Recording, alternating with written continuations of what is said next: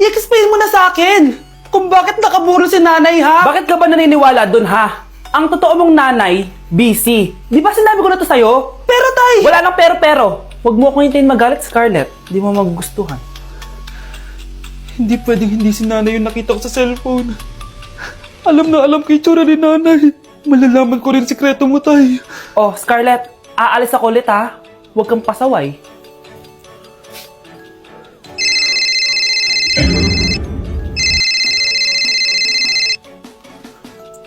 Nasa yung cellphone ko?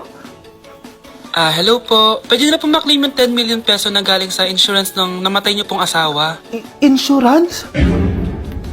Pasaway ka talaga? Pinatay mo ba si nanay, ha? Para makuha yung insurance niya? Hindi mo naiintindihan, anak. Napakahayop mo! Tatawag ako ng pulis! Itigil mo yan, anak! Nay, buhay ka? Oo, anak. Nagtago ako. Pag nagsumbong ka sa pulis, masisira lahat ng plano namin ng tatay mo. Di ko maintindihan. Ano nangyayari? Pinatay ko ang kakambal ng nanay mo. Para maniwala sila na siya talaga ang namatay. At makuha natin ng mga pera sa insurance. Sawang-sawa na ako sa buhay na to! Marami akong pangarap, anak! Gusto ko na gumanda yung buhay natin! Naririnig niyo ba yung mga sarili niyo, ha? Hindi ba kayo natatakot sa mga pinaggagawa niyo? Kung yayaman tayo sa maling paraan at sa paraan na magtatago ka sa pulis, Nay, itigil niyo na to, please! Please lang! Nay, kamusta na po kayo ni tatay? Eto anak, okay naman. Ikaw, kamusta ka na? Eto Nay, malapit na ako matapos ng college. Sana paglabas niyo ni tatay, marami na akong ipon. Huwag kang mag-alala anak, konti panahon na lang. Magkakasama ulit tayo ng tatay mo. See you, Nay. Miss ko na kayo. See you soon, anak. Tay? O anak, Si nanay kasi kahapon pwede umuwi. Ano na kaya nangyari dun? busy lang yung nanay mo. O siya, may good news ako sa'yo.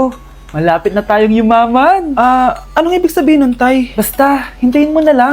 Opo, Tay. Mabibili mo na lahat ng gusto mo, anak. Nasaan na kaya si nanay? The subscriber cannot Nay, be reached. sumagot ka! Try again later. Anak, may aasikasuhin lang ako para yumaman na tayo. Ikaw muna magbantay ng bahay, ha? Tay, si nanay kasi ilang araw nang di umuwi. Wala ka pa rin bang balita sa kanya? Scarlett, di ba sabi ko sa'yo, busy ang nanay mo? Babalik din yun, huwag kang mag-alala. Sige na, ha? Kainis, wala na naman signal. Kailangan ko tawagan si nanay. Naku, Mara, tigilan mo na ako, ha? Scarlett? Aling Rosa? Bakit po? Bakit nandito ka? Hindi ba dapat nasa burol ka ng nanay mo? Burol? Nagjo-joke ka ata, tita. Buhay pa yung nanay ko. Kakagaling ko lang dun eh. O eto, hindi ba't nanay mo yung nakaiga dyan sa kabaong? Scarlett, anong ginagawa mo dito sa labas? Tay, explain mo to. Bakit nakaburol si nanay, ha? Kaya siguro hindi siya umuwi ng ilang araw?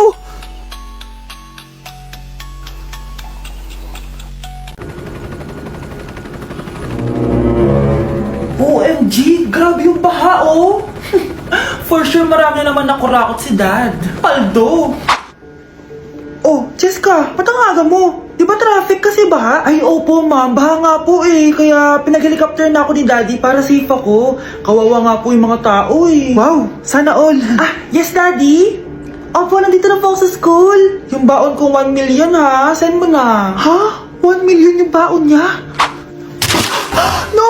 Binasa mo yung Chanel bag ko! Sorry, Jessica. Alam mo ba kung magkano to, ha? 600,000 to! Mas mahal pa to sa bahay nyo! Napakamahal naman yan.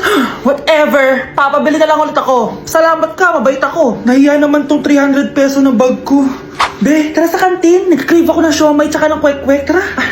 Pwede bang sa Wolfgang na lang tayo mag-lunch? Hindi kasi ako sanay sa mumurahing pagkain. Be, anong kala mo sa akin? Anak ng CEO? Ano ba yan? Hindi ba kayo binibigyan ng allowance ng daddy nyo? Ako na nga lang. Hindi ka naman ganyan dati. Okay, class. Si Cheska na ang bago nating treasurer. Ma'am, huwag si Cheska. Kukurakutin niya lang yung class funds natin. Parang tatay niya. Flood control, ayaw. Gastos, gusto. Kaya mayaman si Cheska kasi korap ang pamilya niya. Ang laki ng tax na binabayaran ko. Sa Disney Princess pala natin napupunta lahat. Habang kami, binabaha na dito. Ikaw pa helicopter lang. Wow, napaka-lavish mo naman. Tsaka, pera muna ako nito Chanel bag mo ah. May ambag din ako dito, no? Hindi kami titigil hanggat walang nakukulong. Deserve niyong magdusa. Ayun na! Bilisan mo! Hala, dugo ba yung pinampunas niya sa mukha niya? Anak, tignan mo to, oh. Ano yun, Nay? Anak, ano yung nasa mukha mo? Dugo ba yan? Ginagaya mo ba yung pinupload ko? OA ka talaga, Nay. G2G Peeling Solution to. Gentle exfoliating to. Tinatanggal niya to yung mga blackheads, whiteheads, tas nakakaliit din ng pores. 2 times a week ko to ginagamit, kaya instant glowing at smooth na yung texture ng skin ko. Ay, perfect yan, anak. Ang dami ko pa namang blackheads tapos ang laki pa ng mga pores ko. Tiyan! O, ito, Nay, sa'yo na to, ha. 199 pesos lang yan. Thank you, anak, ha. Huwag mo na ulit ako gagulatin ng ganun, ha. OA ka lang talaga, Nay. Ikaw, Miguel, ayaw na kita lumalabas ng bahay. Naiintindihan? Ano? At pwede ba? Huwag ka nasasama dun sa kaibigan mo hampas lupa na yon. Dahil ayaw ko ng ganong klaseng tao ang magiging kaibigan mo. Ma! Para sumasobra ka na ata! Sobra na ako nasasakal sa'yo! Tsaka tumatanda na ako! Anak pa din kita! At nanay mo ko. Kaya sundin mo ang gusto ko. Pero Nay, gusto ko si Scarlett! Parehas kami ng nanay ni Michael. So, ibig sabihin nun, magkapatid kami? Sinong kapatid mo, anak?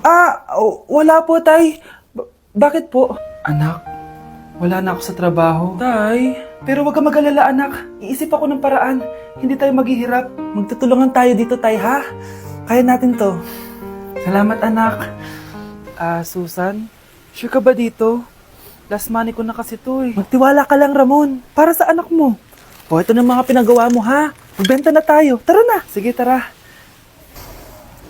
Scarlett, ayaw sa'yo ng nanay ko. Ayaw niya akong magipagkaibigan sa'yo. Pero, hindi niya ako mapipigilan. Michael, may kailangan din akong sabihin sa'yo. Yung nanay mo, tsaka yung nanay ko. Kailan ka pa natutong hindi sumunod sa akin, Michael, ha? Ma, dahil ba sa babaeng to? Please, tama na! Ayaw mo talaga makinig sa akin? Pwes, ipapadala na kita sa US at doon ka na mag-aaral. Michael! Ay, Nay! Good news! Nanalo ko sa loto! Totoo ba, anak? Tumama lahat ng numero sa panaginip ko, Nay. Ay, alam mo, anak, swerte ka talaga eh. Nay, may good news din ako. Gagraduate na ako next month. Talaga ba, anak? Akala ko talaga bagsak pa rin ako eh. Buti naman at di ka na ulit ng high school. Congrats! Good luck sa college! Mga anak, may good news din ako. Sabi ng doktor, magaling na daw ako sa sakit ko. So, ibig sabihin, hindi mo na kami makakalimutan, Nay? Oo, anak. Parang sunod-sunod yung swerte natin, Nay, no? Siyempre, dahil din yan kay Lord. Sige na, anong oras na? Matulog na tayo, ha? Good night, Nay. Grabe, ang kalat naman. Oo, anak. Ba't kasing ka pa? Nay, sobrang kalat kasi dito sa bahay. Naglinis lang ako. Anak, tigil mo yan. Masama yan. Ha? Bakit? Masama na ba maglinis, Nay? Hindi mo ba alam yung pamahiin na bawal magwalis sa gabi? Kasi pag nagwalis ka, parang tinataboy mo daw yung swerte palabas ng bahay. Ako, Nay, 2025 na. Naniniwala ka pa rin sa pamahiin? Tumatanda ka na talaga. Ay, di ko alam, anak. Takot lang ako na malasin ulit tayo. Sige na, Nay. Itulog mo na yan. Malapit na ako matapos dito. Matulog ka na rin, ha? Nasaan na yun? Hindi pwede mawala yun! Oo, anak, ano nangyayari? Umagang-umaga sumisigaw ka! Nay, nawawala yung lotto ticket natin! Hindi natin makiklaim yung pera! Ha? Sige anak, tutulungan kita maghanap, ha? Ay, baka nandito lang yung banda. Oo anak, ba't ka umiiyak? Ayoko na. Ginawa ko naman lahat eh, pero binagsak pa rin ako ng teacher ko. Ano? Hindi na daw ako kasama sa mga gagraduate, Nay. Lahat ng effort ko nasayang! Anak! Nay, magpahinga ka muna. Ako na muna bahala dito. Ano na naman nangyayari sa pamilya natin? Anak? Scarlett? Kyle? Susan? Kamusta ka na? Dok? Ba't nandito ka? Dinalaw kita para kamustahin ka. Mga musta? Eh di ba sabi niyo magaling na ako, Dok? Yun din nakakala ko. Ha? Teka lang, nakita mo ba yung mga anak ko? Susan, matagal nang patay ang mga anak mo. Ha? Hindi mo ba naaalala? Pareho silang na-depress. Si Scarlett dahil sa nawala niyang lotto ticket. Si Kyle naman dahil hindi nakagraduate. Kaya, ayun. Kailangan mo ulit maggamot, Susan. Dahil lumalala na naman ang demensya mo. Grabe, nakakapagod mag-aral. Tara, Bes, road trip tayo. Hindi, arcade na lang. Hindi, Bes, road trip na lang. Arcade! Ha? Away ng away eh. May share ako na bago na sure ako kung saan tayo magkakasundo.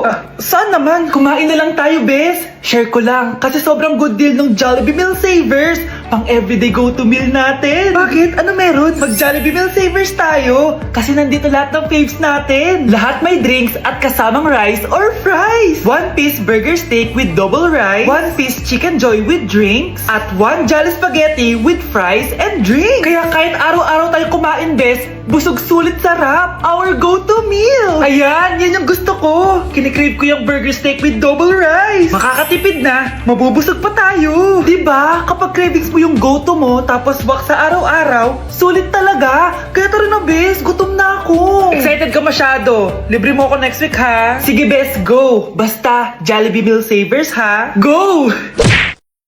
Anak? Oh, binilang kita ng bagong school shoes mo. Nay, okay pa naman yung shoes ko Eh, nakita ko kasing punit na yung gilid ng sapatos mo, anak. Baka mahirapan ka maglakad. Thank you, Nay.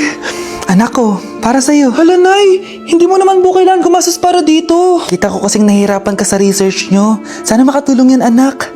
Thank you so much, Nay. Nasaan na yun? Be, nasaan na yung introduction mo? Hello, be.